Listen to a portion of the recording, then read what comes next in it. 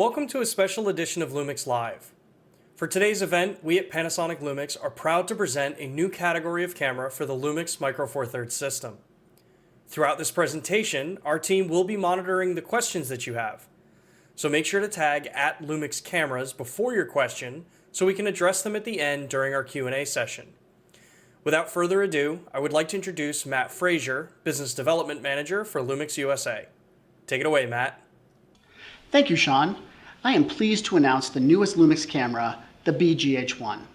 Designed from the ground up as a production video camera, the BGH1 uses a video-optimized, high-sensitivity sensor with 10.2 megapixels and incorporates our legendary dual-native ISO system, adopted from the VariCam and S1H cameras.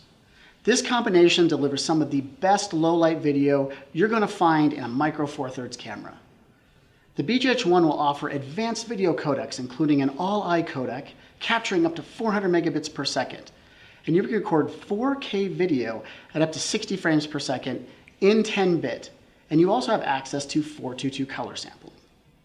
The BGH1 is a cinematographer's dream with features like anamorphic capture, access to shutter angle, and of course, the BGH1 will include V-Log-L with improved dynamic range over the GH5 and GH5S. One full stop more dynamic range in the highlights to give you more recoverable information. For autofocus, the BGH1 uses the autofocus system developed for the Panasonic S5, with one notable advantage. The BGH1 uses a lightning-fast Micro Four Thirds sensor, giving it impressive autofocus in all frame rates and resolutions. The BGH1 camera is designed for a professional workflow, so overheating would be completely unacceptable. The BGH1 uses a combination of aluminum and magnesium in its chassis with an integrated fan to allow the camera to record in all frame rates and resolutions for an unlimited recording time at temperatures all the way up to 104 degrees Fahrenheit. Now that's 40 degrees Celsius. To ensure maximum flexibility, the BGH1 camera includes professional terminals like a 3G SDI terminal, a timecode terminal, a Genlock terminal, and also includes dual SD card slots that are both UHS-2 compatible. In addition, you'll also get a full-size HDMI port with the ability to output images simultaneously over 3G SDI and HDMI. For audio, the camera includes a stereo microphone system, a headphone jack, a microphone jack, and is fully compatible with the XLR1 XLR audio adapter. And last but not least, the BGH1 also incorporates a USB-C port as well as an Ethernet port. Now let's go back to Sean to discuss the possibilities provided by these two ports. Take it away, Sean. Thanks, Matt. For me, some of the most exciting things about this camera originate from the USB-C and the Ethernet connections. So let's start with the USB-C webcam compatibility. With the USB-C interface, the LUMIX BGH1 can be used as a traditional webcam, utilizing the brand new LUMIX webcam software drivers for Mac or Windows. This truly offers a plug-and-play experience for those that just need an ability to view a camera feed in their popular webcasting or meeting services. In addition, the USB-C interface on the LUMIX BGH1 Box Camera gives the capability to use the LUMIX Tether for Multicam app. This app provides an astonishing amount of control for those that want to broadcast their video feeds into encoding software of their choice. By using the interface included in the LUMIX Tether for Multicam app, you'll also have full camera control too. Changing ISO, aperture, shutter speed, frame rates, and full menu access are now possible from the comfort of your chair. Did I mention broadcasting your video feeds, plural? The LUMIX Tether for Multicam app won't just limit you to one camera. You'll be able to take full control of multiple cameras attached to your computer, so there's no need to physically go to each camera to change a simple setting anymore. Moving on to what I believe is the most forward-thinking part of the LUMIX BGH1 Box Camera, the Ethernet port. This port expands your capabilities for placement of the LUMIX BGH1 Box Camera by utilizing the PoE Plus power standard that's available on certain network switchers. In addition to all the functionality you get with the USB-C interface, you now have the capabilities to power this camera and send your video feed with one single cable, minimizing the need for additional power cables or extra HDMI, SDI cable runs for tricky camera placements. This unique feature will allow you to control up to 12 cameras via the LUMIX Tether for Multicam app. And a future firmware update will provide IP video streaming over Ethernet via RTSP. Now, over the past few weeks, I've been using the LUMIX BGH1 camera for streaming our LUMIX Live weekly events. And I can tell you this has massively simplified our streaming capabilities. By using just one connection from the camera via the Ethernet and PoE Plus power standard, I'm able to slim down my streaming hardware to a single cable coming off the back of my camera. And I can control it from the LUMIX Tether for Multicam app. This is truly going to be a revolution for those looking to broaden their live streaming capabilities or those looking to simplify their studio multicam setups. So with that, I'm going to turn this back over to Matt Frazer to discuss the future firmware updates for the LUMIX BGH1 Box Camera. Like all things Lumix, we're already working on future firmware updates to expand the capabilities of the BGH1, including RTSP compatibility. So stay tuned to all Panasonic Lumix social media for more information as it becomes available. Now for professional integrators who have specialized needs, Panasonic is releasing a software development kit, also known as an SDK, allowing you to develop your own solutions to control and monitor your camera.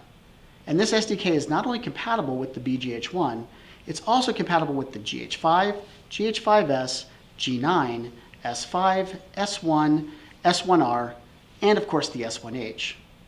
So as you can see, the LUMIX BGH1 box camera can fill a large variety of production needs. From YouTubers looking to improve the quality of their productions, to live streamers looking for the ultimate in convenience and image quality, and live event productions that require cinematic quality images with industry standardized connections, the LUMIX box camera truly does it all. Thanks, Matt.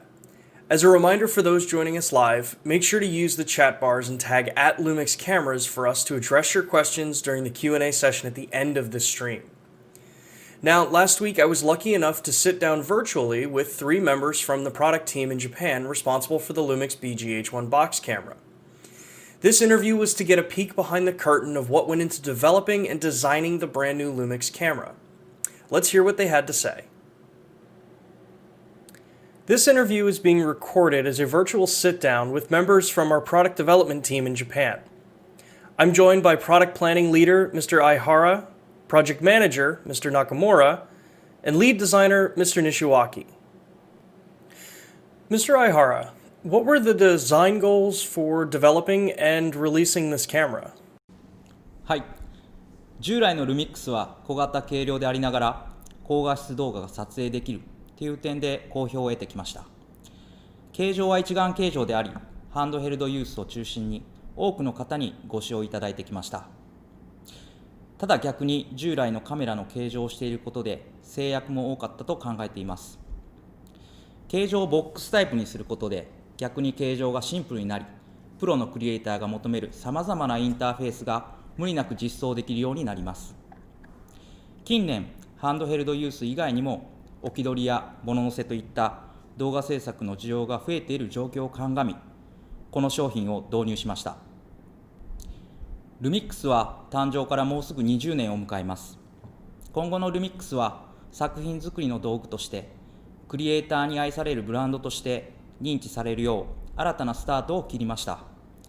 BGH1 は LUMIX 初のボックスタイプカメラで、その形状、特性を生かして多くの動画制作現場でクリエイターの皆様のお役に立てると確信しております。This is the first LUMIX camera to include an Ethernet port. What was the original reason for its addition, and how did the port's use evolve over the development? はい。この BGH1 はさまざまな用途に使えるカメラを目指しました。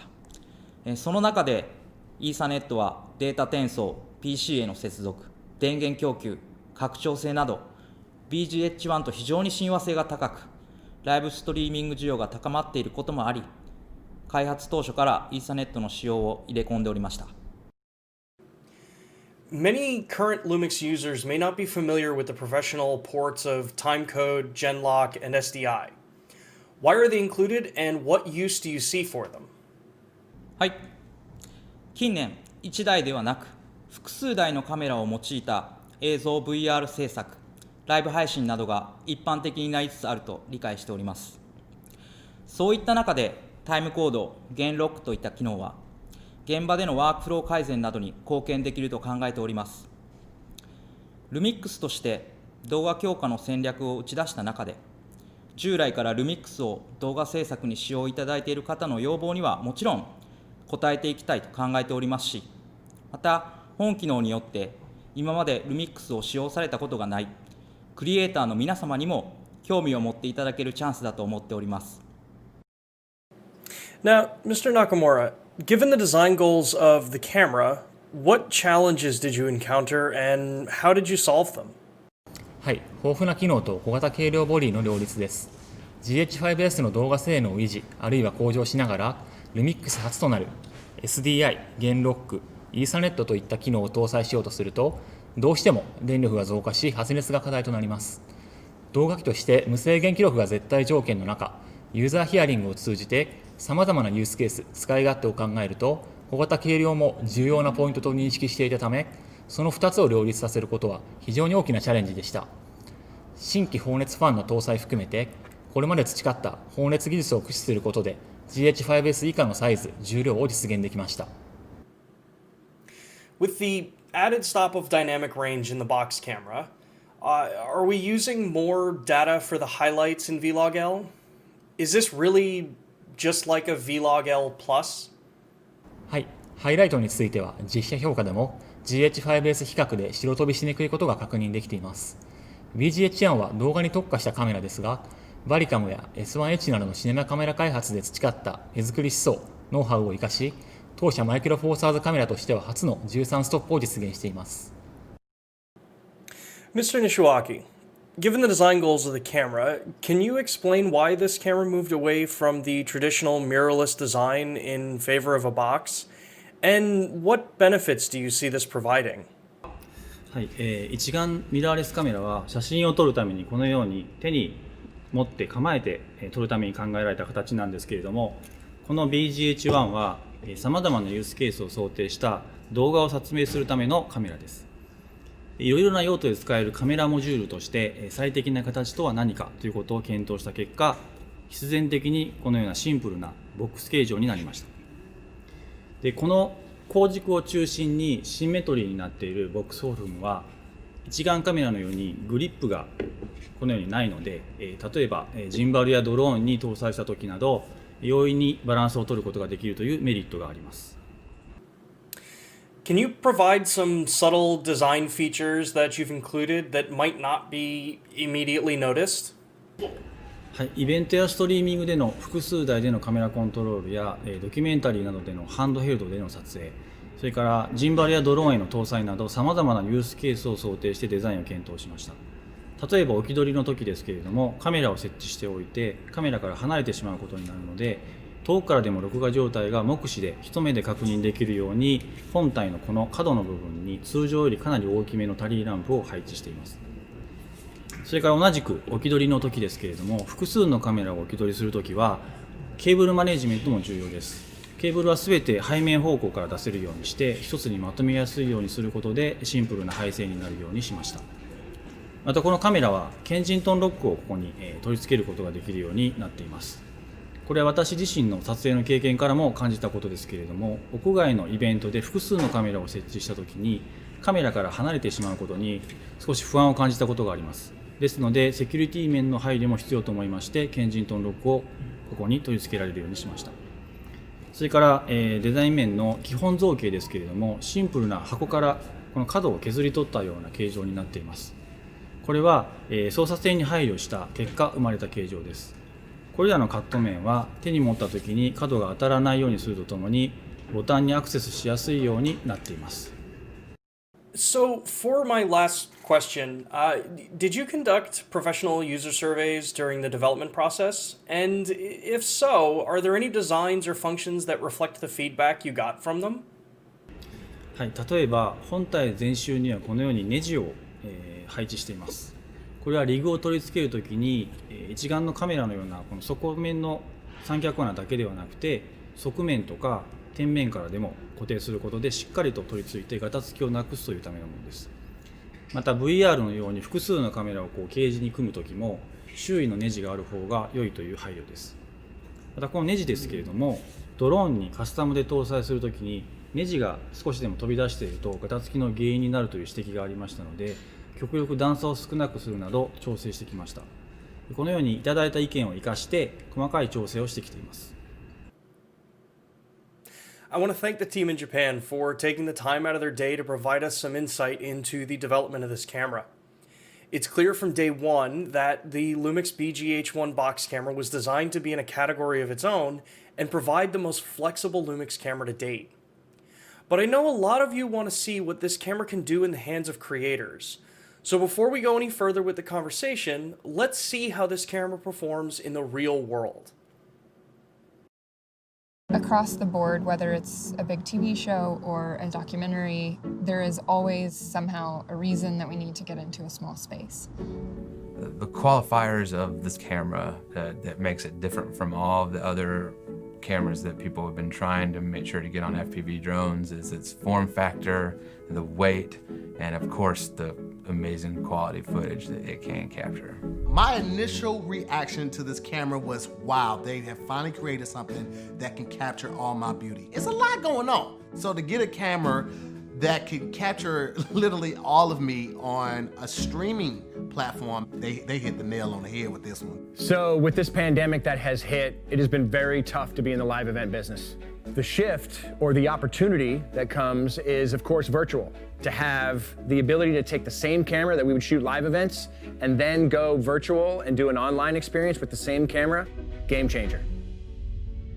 So with all cameras, you have drawbacks on one side or the other. You can either have a camera whose image quality is amazing, but the ergonomics are not. Or on the other side of that, you have a camera that might be sort of built for ergonomics, but the image quality is lacking. So to have something that takes both of those things and puts it all into one little box is helpful.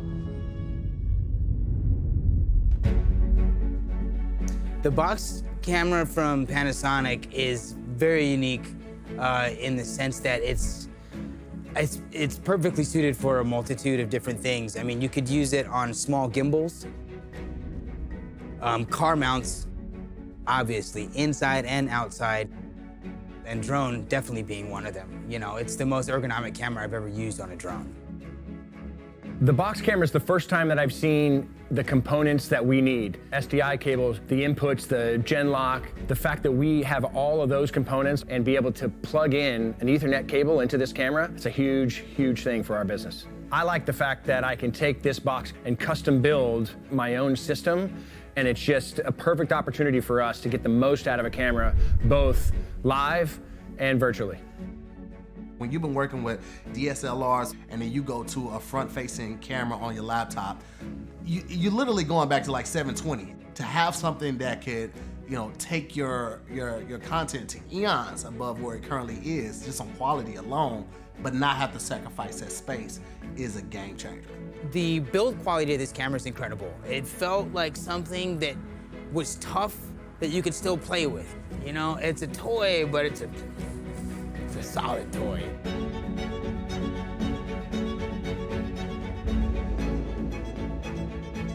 Action cameras are designed to take a beating, to be there in the middle of the action. Cinema grade cameras are frail. This is the first step into a cinema grade camera that is built solid and can take a beating, and it applies perfect to what we're doing here.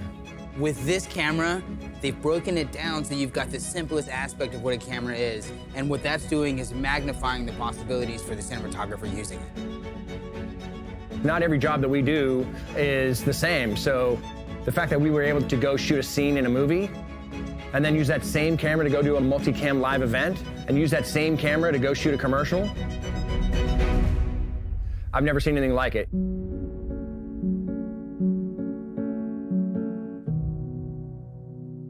Panasonic. Today I'm joined by the filmmakers who were responsible for the piece that you just watched.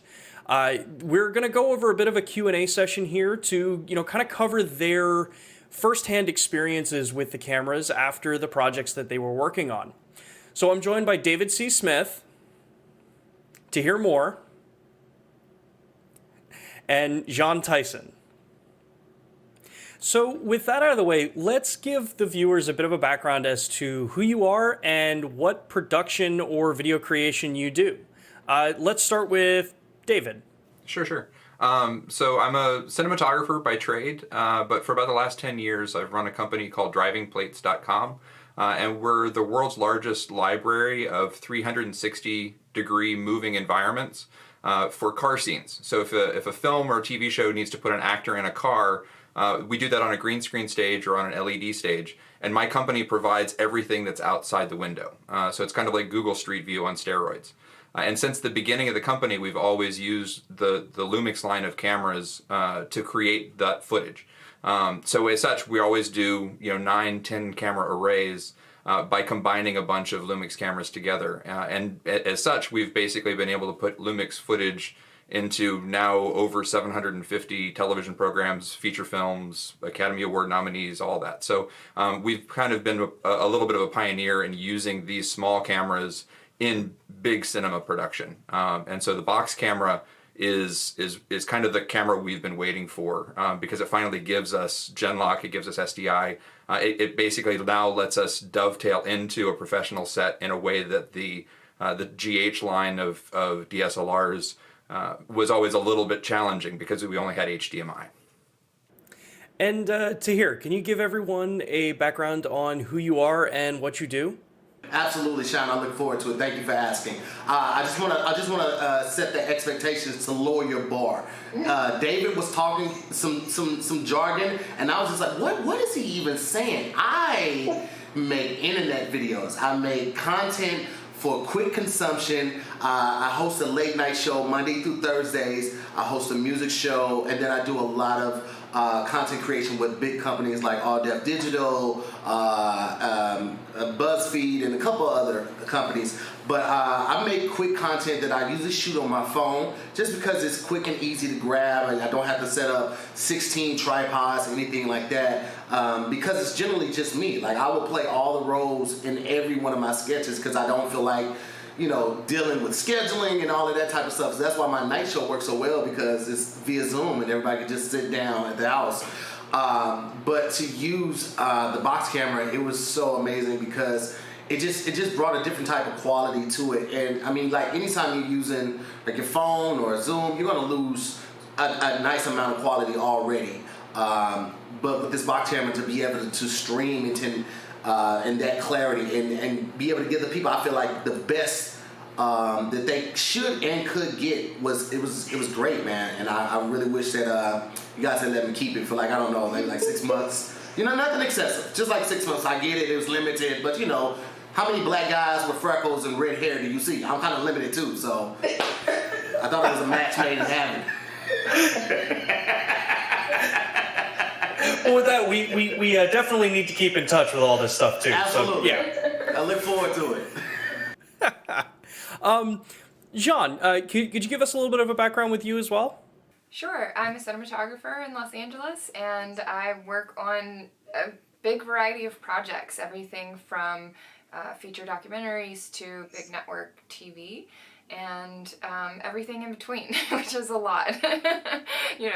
Web series, shorts, anything that really people, if someone has an interesting story to tell and they want me to be their cinematographer, I'm always eager and excited to go do it.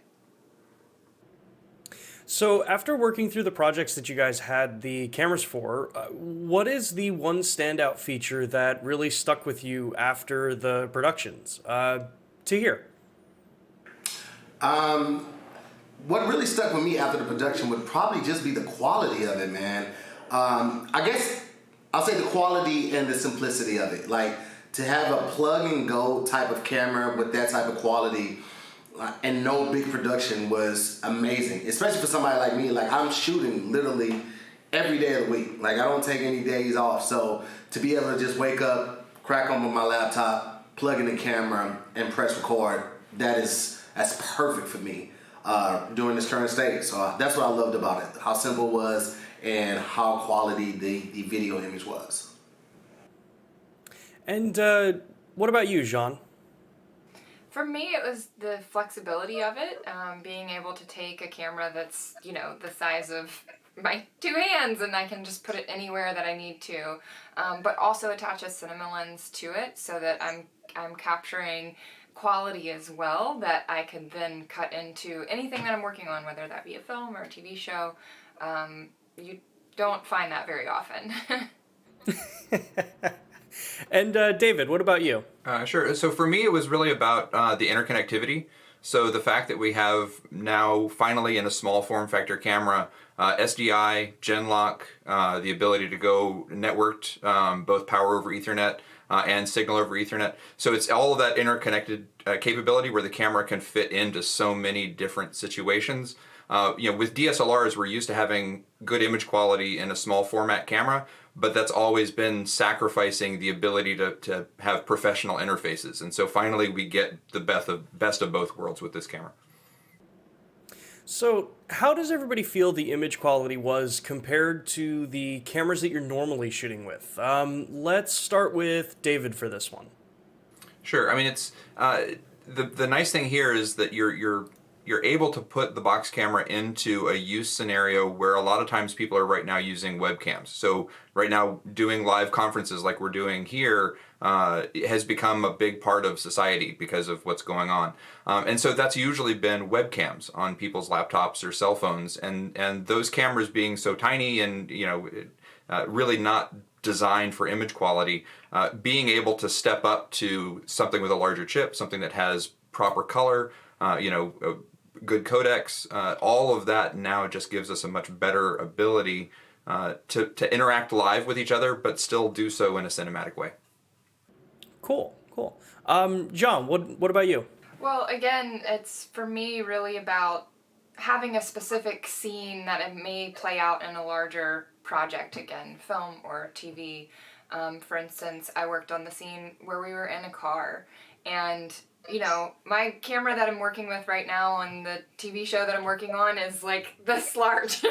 It's huge. And putting that in a car, that even if it's a giant one, it's just not going to work. And so to be able to take this little tiny camera and get the angle that I want to get that's actually an interesting angle that helps me tell the story is such a huge deal for us as filmmakers and storytellers. We want to be specific about where we're putting the camera, and you can't do that when your camera's this big and you're in a space that's this big, but with this little camera you can actually say, oh, you know what, actually I want that really cool low angle, on the driver as she's speeding through the neighborhood, for whatever reason.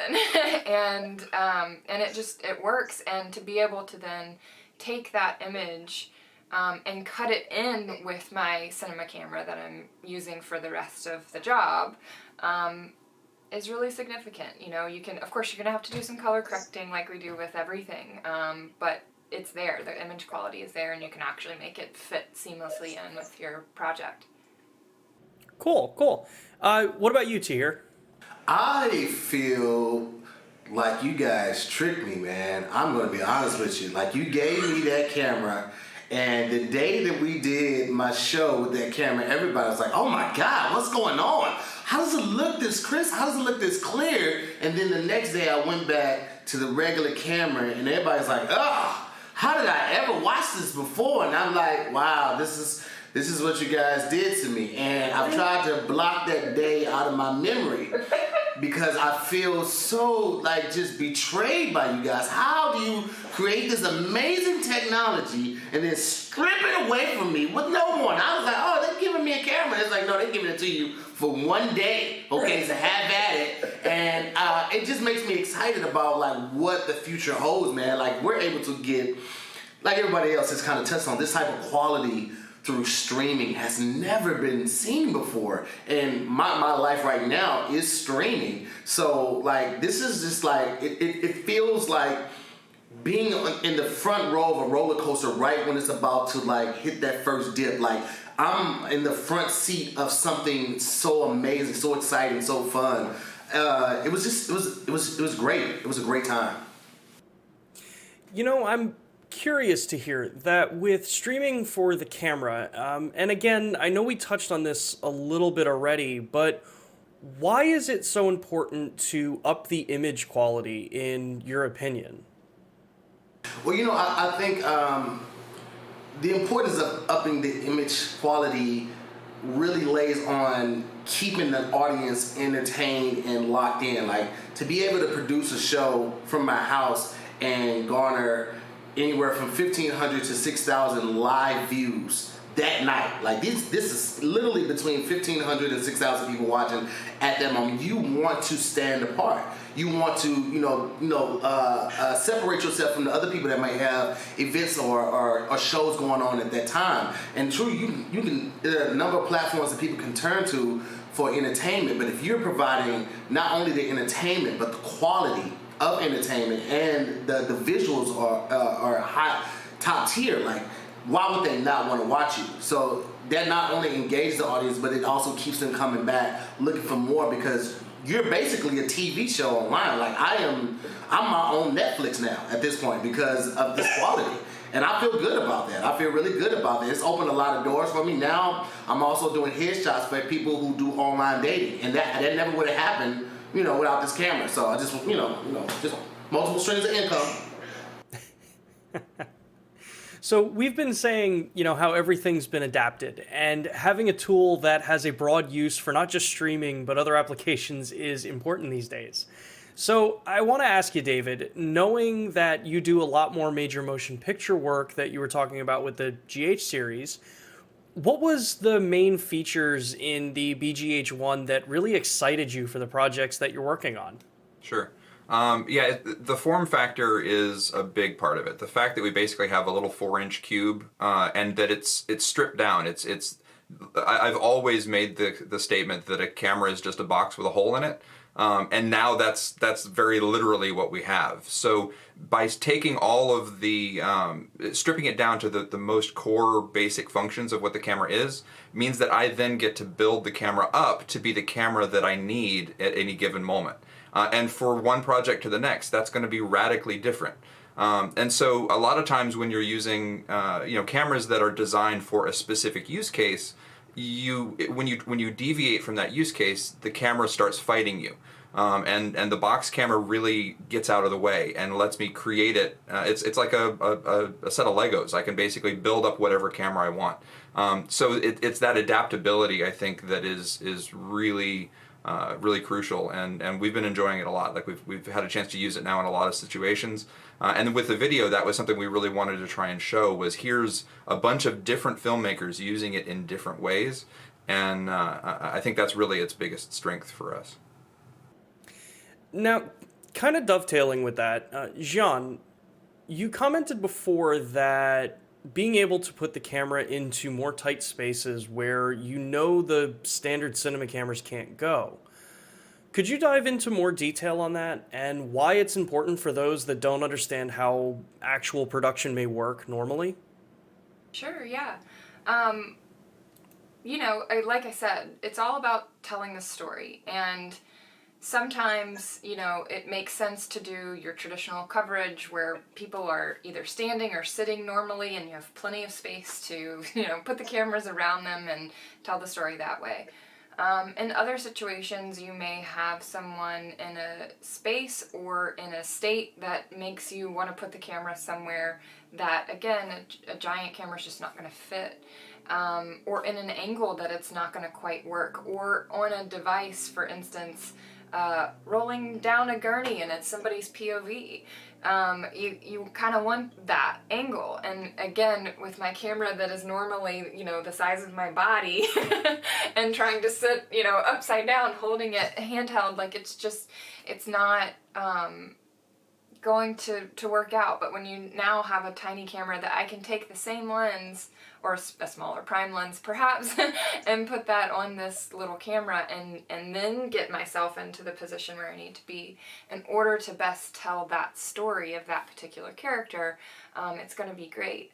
Along with image quality, though, the other thing that it provides us is, as kind of these guys are talking about, is connectivity and being able to connect to what we are used to. It fits into what we're used to using on a set in TV and in movies, where I can now connect it to my wireless, transmission device that then sends it to Video Village, where I've got, DPs looking at it, I've got directors looking at it, producers, writers, everybody's able to watch now the shot that we've designed because it's connecting to our, system, just like our other cameras do.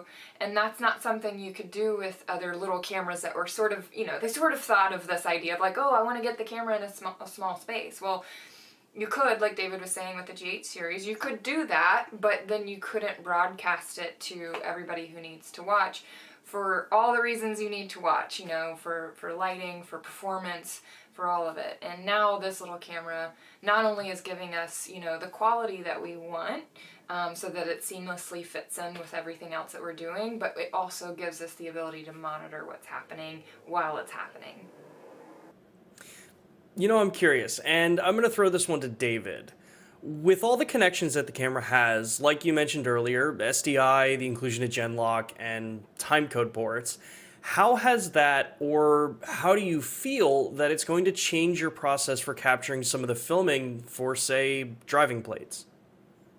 Yeah, really for array work, where you're now having multiple cameras, essentially you're creating one big camera by combining a lot of smaller cameras together into one system. The ability to have the image from each of those cameras being captured at exactly the same instant in time becomes really important, especially if you're trying to merge that footage together into a large kind of panorama, which is a lot of what we do. With the GH line, we've had to basically kind of build a custom trigger system and a custom power system that gets us really close. We're within a frame, but we don't have that line level sync, and that's something that we've always been wanting to have, because as we're stitching things together, having those frames be identical is pretty important. So now that we have Genlock in the box camera, that's no longer an issue. We can Genlock all the cameras together, and they essentially act as one large unit. And then timecode now means that it makes the process of syncing that footage and bringing that into a timeline and having all of those different clips line up perfectly in time is now a one-button solution. We basically just hit the timecode sync button in the editing system, and all of the footage is in perfect sync. So it's radically sped up our process and increased the quality of the final product just from this one kind of technical thing. So yeah, we've been waiting for these features for a long time, so it's good that it's finally here. So, to hear, as someone who streams as well, there's something cool about having a higher quality camera that you can place anywhere in your studio. So I'm curious, because I know in the time that you had to work with this camera, the LUMIX Tether for Multicam app wasn't available yet. Now, since it's coming with the camera, and it's going to give you full control from your computer, meaning you don't have to get up and go touch the camera to change your ISO, focus, aperture, and other settings, how important is that, in your opinion, for flexibility of streamers, YouTubers, and other content creators? It's everything. Because especially for somebody like me, I've said it before, like, a lot of the stuff that I do on my own. So to be able to have, like, basically my mission control center up, and I can adjust everything, and I don't have to get up. And I mean, we've all done it before. If you have to film something by yourself, you get up, you turn the camera on, you sit down, and then you have to get up, press stop, and look at it to make sure that you were centered and all of that. That's a lot. So to have that all at your computer, and you're like, oh, I need to change the ISO a little bit because it's coming in a little bit. Like, to do all of that from your computer is, I mean, without having to get back up and review the footage and then fast forward, like, this is me just getting up to go look at the footage. Like, all of that is so annoying when you're doing it by yourself. So to be able to basically turn yourself into a team. Like, now I am talent, producer, director, all from the same seat. I don't have to get up and then put on another hat and then go review the footage and all of that. So it really has changed the game. I can't wait till I get mine in the mail from you guys, because I just know it's coming. I've been praying on this. I've been fasting. I stopped eating carbs about a week ago just so I can show my commitment to how much I'm looking forward to this. So there's a cool feature that the camera has specifically for streamers and broadcasters. So for people like you and me that are doing this all the time, you have the ability through this app to control up to 12 cameras via Ethernet. So thinking about this, do you see in your production a use case for setting up multiple camera angles easily? Sean, let me tell you something, okay? The night that I used this camera, I didn't realize how clear it was going to be. I don't know if I'm ready for the world to take all of this in. It's a lot, Sean. Okay, just off the pictures I post on Instagram, the DMs are going crazy. But if they got 3 different angles with that type of quality, Sean, I don't know if my marriage would survive. Okay, and I'm just trying to be a good person. I'm trying to be in my daughter's life. I'm trying to be there. It's a lot, Sean, because like I had never seen anything like this on a streaming platform. Like this is the quality of Netflix. This is the quality of Hulu. This is the quality of Prime. So for someone to be doing this in their living room, man, it is, I can't say game changer enough, and I can't really think of any synonyms for like game changer right now. So I'm just keep saying game changer. Okay, it's a game changer. Game changer. Just keep saying. It's amazing, man. I cannot wait for receive my 3 cameras so I can use this Ethernet wire. I knew that was coming. Somehow I figured. He set me up, David. How would I not walk through that door? Of course I'm gonna walk through that door. He set it up. Oh, you get multiple cameras. Oh, multiple. You say. You don't say. I don't mind if I do. But I'll just take 1, 2. 1 works. All right. I'll have my people get in touch with yours. There you go. It's just me. I told you, Sean. I don't have any people. It's just me. Have your people get in contact with me. Okay, that's all I gotta do. Fair enough. So I want to kind of round this out with a little bit of a call out for everybody. So Tahir, where can everybody find you online and check out all the goodness that you've been talking about, man? Okay, you can catch me on Instagram, Twitter, and Facebook. It's all Tahir Moore, TAHIRMOORE, and my YouTube as well. We're having a great time, man. My Patreon is really taking off. People are taking to, the dad bods are in right now. I didn't know that this was going to happen. I've been approached by Vanity. I've been approached by Vogue. It's a beautiful time to have a dad bod. I never thought that boob sweat for men, would be so profitable. So I'm thankful of all the times that I didn't go to the gym, but very easy to find. I'm out here, fam. Awesome. Jean, what about you? Where can everyone find you and follow your work? Yeah, so you can usually look at my website, which is just my name, JeanTyson.com. Also Instagram, same thing, Jean Tyson. I have a couple of projects. One I started during the pandemic, which was to raise money for the LA Food Bank, because everybody's really struggling right now.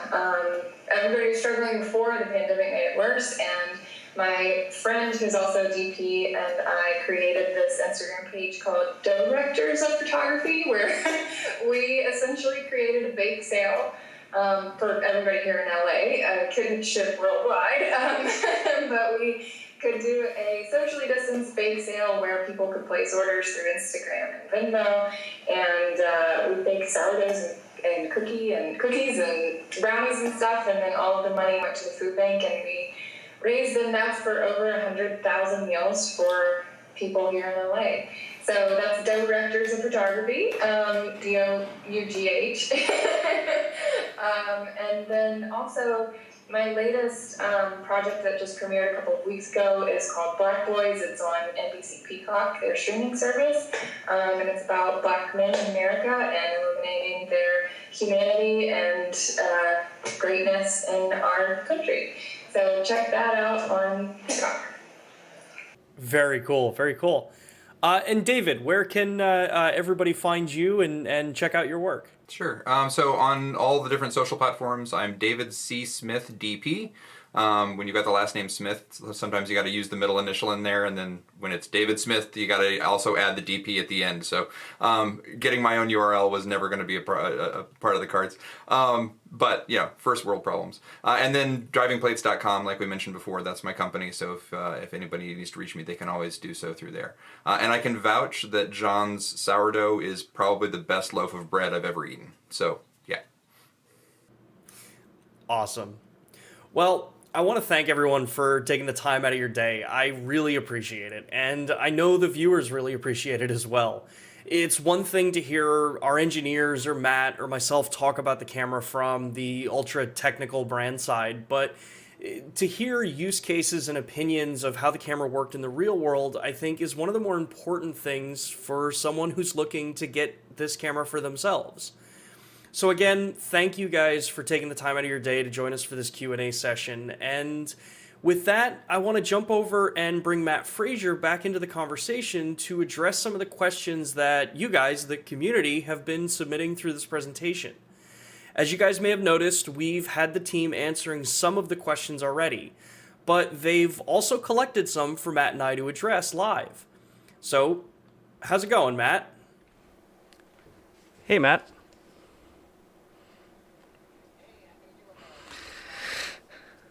Yeah, pretty well. I mean, this is definitely a really exciting, day for LUMIX in general. As I just realized that I did not have your microphone unmuted when we came back, so. So I'm gonna ask that question again. How are you, Matt? I'm doing awesome. I can't wait to get some of these questions answered in the Q&A. Yeah. So again, thank you everybody for submitting your questions on all the different platforms that we've been streaming this on. So we have a bunch here that we've been collecting throughout, as we said before. So Matt, let's jump right into it. There's a lot of questions about the streaming capabilities with this camera.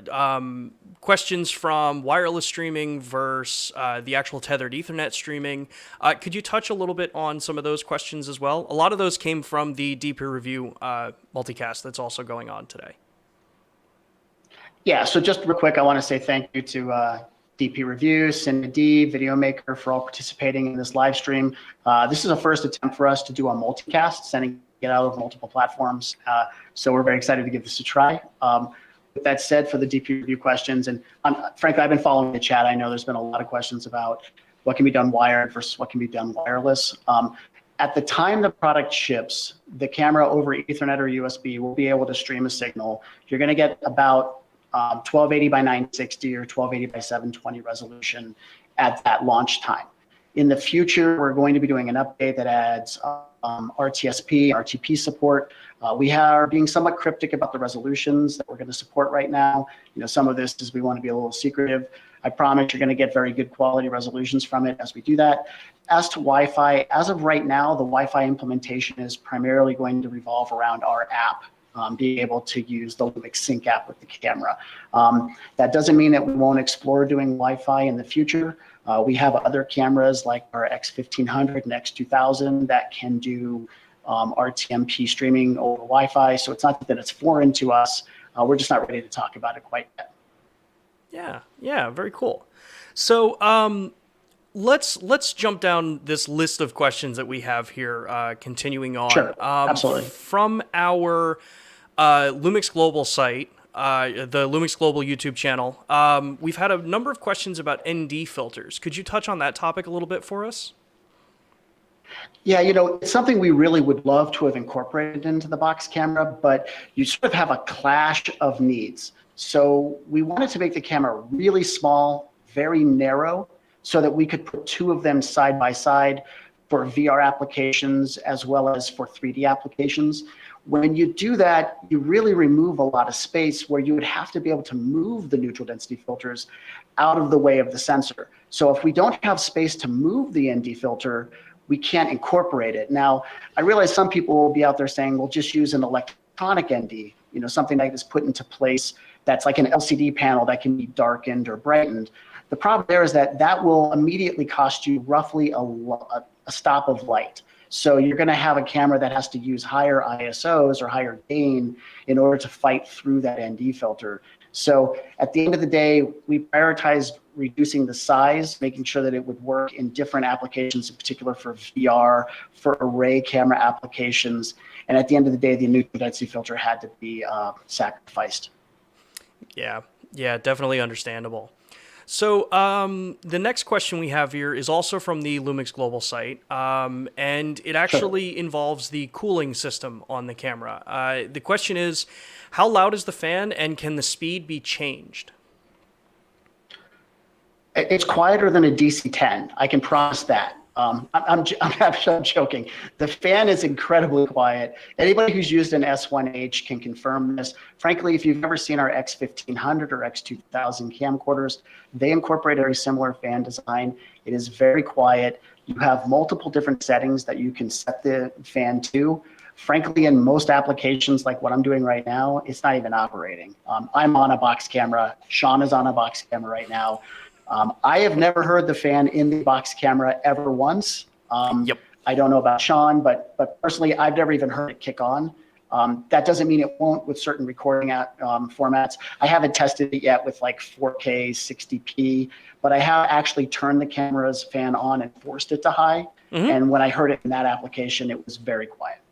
Yeah, and to add into that, just like we were saying before, I've been using the box camera for the Lumix live streams, and we broadcast at 1080 60p. And typically, because I have the camera plugged in all the time and it's always running, I usually will either set the camera to normal fan, so where it constantly runs, not based on internal thermal, it just runs. And the fact is, I'm using a separate microphone. I'm arm's length away from the camera here. You're never going to hear it in 90% of the platforms that you're going to use it in. It's just really a non-issue. And to put it in perspective, other cameras of this caliber that are cinema-style cameras, turn one of them on and listen to the fans that those cameras have, because you're not necessarily recording audio internally, and we are leagues quieter than anything like that in the market, I think. Well, and I think one last point on this before we get to the next question. It's a trade-off. So we could have loaded a lot more metal into the camera design. Some companies have no fan in a box design, and their cameras tip the scales at over 900 grams. This camera is at 400, and it's just under 440 grams. So you're dealing with a much lighter weight camera. You either add metal to get the heat out of the chassis, or we include a fan and we use it's a coreless fan design that's very quiet, and that helps get the heat out. It gives us a much lighter system to be able to work with. So I prefer having a lighter camera. I think it's a better choice. Yeah, definitely. Now, let's see. We have another question here that's actually coming from again, from DP Review. And I think this is a bit more of a complicated question, but I want to touch on it here. There's a lot of people asking about NDI support on this camera. Could you dive into a little bit of info on that? Yeah, so there's nothing that would necessarily preclude us from incorporating NDI into the camera. I can tell you that as of right now, NDI is not a plan for the product. We sort of have to look at different use cases for a camera and where we think it's most likely to be supported. And when we started looking at the market, we felt like the OBS platform would be a big platform for this particular product. And within OBS, we can work with what we have existing and what our plans are through our TSP. So it didn't make a lot of sense for us to start licensing NDI technologies that would ultimately have to be passed on to the end user as a licensing fee or a licensing charge. If we were going to support something like NDI, we would probably support the NDI HX platform to optimize image quality, to also reduce the resources that are required for your computer to be able to work with it, and to expand its control functionality. But as of right now, there's no plans for it. I just want to make sure everybody understands the why. Keep feeding up the questions. We'll absolutely send them back to our engineers in Japan. We'll let them know that there was a lot of interest in NDI. That was one of the biggest questions that I noticed on the chat. It's also one of the biggest questions that Sean has noticed. So we're going to pay attention to it. We'll send it up to Japan and ask them if it's something that can be added in the future firmware. Yeah. Now, there are a couple comments. This one actually comes from Cine D, and I think it's actually more of a point of some clarity on the bit depth and chroma subsampling on the camera. The BGH1 is capable of 422 10-bit recording internally. Could you give us the kind of the high level of what the 422 10-bit capabilities are for this camera? Yeah, I think that's some of the dangers of reading the rumors websites that are out there, because they don't always get all the information. So the camera has the ability to record 422 10-bit internal up to 4K at 30 frames per second. So that's, it's 4K 25, 24, and 2398. It also has the ability to work with 10-bit up to 60p 422 10-bit. The only thing it can't record internally is 422 10-bit 4K 60p. You can still do 420 10-bit 4K 60p internal. So you absolutely have internal 10-bit 422. It's just limited to 4K 30. When we output over HDMI, that gives you the ability now to get 422 10-bit if need be for 4K 60p. Yeah. Hopefully that clarifies things. Yeah, that I think definitely addresses some of that question there. And I can promise you, in the U.S. Press release, I 100% made sure that was all included in the U.S. press release. So you should, if you go back to the U.S. press release, you'll see it says that in there. Exactly. So let's see here. Jumping down to one of the other questions here, which comes from the LUMIX Live U.S. broadcast that we're doing. The question here is, how about audio? How do you monitor the audio being recorded into the camera via the Tether app? So that is a terrific question, and it's one that Sean and I can't 100% answer at this point. Until we see the RTSP implementation and the future updates to the app, I don't know what the future brings. I can only tell you what. Oh, and we just lost Matt's video. So today we don't output.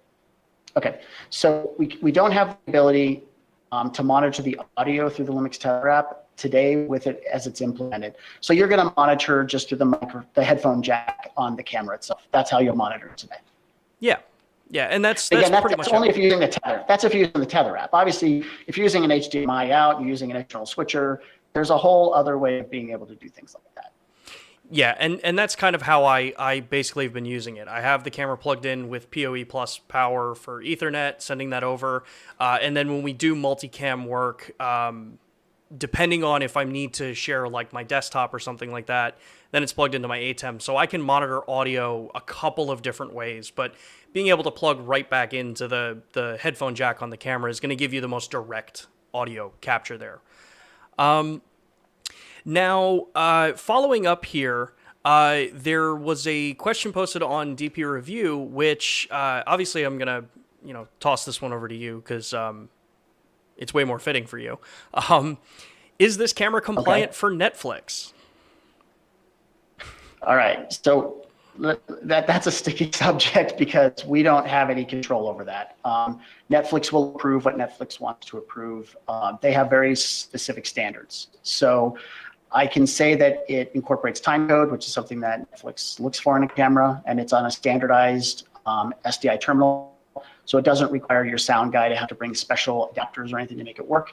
So that's a positive. We certainly hope the dynamic range is more than adequate to be able to meet their needs. We certainly see use cases, especially for arrays of cameras, or for anything that's comedy related, anything that's live event that they're doing. Certainly benefits to being able to use a product like this. So it includes all those things. Plus, I think Genlock creates a completely new reason to consider the product, especially when you're doing array work. So we're hopeful, but ultimately that's really up to Netflix, and I don't have a lot of direct communication with them on this camera. So we'll have to just wait and see. Yeah. So here's another question that's actually really right up your alley, Matt. This comes from the LUMIX Global channel, and it's asking, will anamorphic D-Squeeze be available in the LUMIX Sync app? So we've asked for it to be included in the LUMIX Sync app. We'll have to see if they're able to incorporate it in future update. It's not currently available there, but I do want to touch base on a couple of cool things you can do. Obviously, we can D-Squeeze over SDI, which is awesome. You can go ahead and D-Squeeze over SDI. My favorite, and Sean's laughing because we've been messing around with this for the past few weeks now. You can D-Squeeze anamorphic over the Ethernet or over the USB. So you can actually do anamorphic live streaming, and I have been doing it for the past couple of weeks now. I didn't bother to do it for this one, but for a lot of stuff I've been doing. You can ask the guys at DP Review when we were doing some talks together. I was anamorphic at the time. So yes, you can absolutely do de-squeezing, just not on the LUMIX Sync app at this point. Yeah. So let's see. We have time for maybe one or two more questions here. Let me see here. Well, I totally lost my place in our list of questions. Again, everyone in the community that's been viewing this stream on the multiple different platforms that we've been broadcasting this, you guys have had some amazing questions, and we know that we can't always answer all of the questions that are posted, but we always try to get to the most common questions for what people are asking about. So Sean, here's one I actually want to get to. So there's been quite a few questions about support. Is Panasonic going to make monitors to attach it? Are we going to make accessories? Have we been in conversations with other companies to build accessories for it? Is there a PL adapter available for the camera? So number one, yes, there's already a lot of PL adapters available because it's on the Micro Four Thirds mount. So yes, there's a plethora of Micro Four Thirds to PL adapters already available. We're already in conversations. I can tell you at least 3 to 4 different companies who are already planning on building cages for the product. We've been in conversation with a couple of monitor manufacturers. We're looking for ways to help further expand the functionality of the product in the monitor systems as well. So just keep your eyes peeled. We are definitely, no question about it. I've already got CAD drawings to all the major cage companies out there. You're going to be able to find accessories for this product. Yeah. And all right, let's see here. The last question that I want to bring up, because there's again a lot of people asking specifically why a 10.2 megapixel sensor in a camera like this. And I think hopefully you can give maybe a little bit of a peek into it as to where this camera sits compared to something like a GH5, GH5S, or even the S5, because there's a lot of people comparing them together. So again, I think you look at the market as a whole, you have to also kind of look at where you're targeting a certain market segment, right? So, on the one hand, you can use Micro Four Thirds mount and put a smaller sensor than Micro Four Thirds and kind of put it into a box design, use it for streaming applications. But then you're really sort of hindering its low light sensitivity. You can then use use a photo sensor to get higher resolution. But again, we're starting to sacrifice low light sensitivity to be able to do that. Since this camera really doesn't have a lot of photography functions, that's a misnomer, by the way. If you use the LUMIX Tether app with the camera, you can absolutely take photos with it. It can be used as a photographic camera because we see industrial applications where that might be very useful to be able to use it as just a photo camera.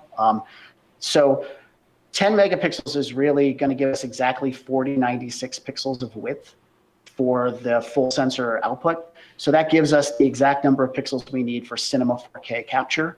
And by sticking to that, it gives us the biggest diodes we can fit in the camera, which gives us the best low light sensitivity. Then you add in our dual native ISO functionality, and that gives us even better dynamic range. It also gives us a better high ISO point. And then really last but not least, it helps us with refresh rates so we can have faster readout speeds. So the camera has very low instances of rolling shutter. If we increase the resolution, you're going to increase the amount of rolling shutter that you'll typically see. So it's a balancing act. This is a video camera first and foremost, and it's a 4K video camera. So sticking to the right number of pixels for 4K gives us the least amount of rolling shutter, the best low light sensitivity, the greatest dynamic range. And that's why we did that. Yeah. Well, cool. I want to thank you, Matt, for taking the time and doing the questions with us. And I want to thank, again, all of you that have joined us from any of the platforms that you're viewing on. Like Matt said, this was a first, kind of attempt for us on multicasting and broadcasting out to as many platforms as we can to get all of you the information about this new camera. We look forward to continuing this conversation this Thursday at 2 p.m. Eastern Time during our normally scheduled LUMIX Live broadcast, which is on the LUMIX Cameras YouTube channel. So make sure on whatever platform you are viewing on, whether it's the LUMIX channels or any of the other platforms, DP Review, Videomaker, or CineD, make sure to like, subscribe, and comment on their channels. It helps YouTube platform out. It helps all of us get this information out to you guys and have these kinds of conversations. And with that, like I said, see everybody on Thursday at 2 p.m. Eastern Time on the LUMIX Cameras YouTube channel. Thanks, everybody.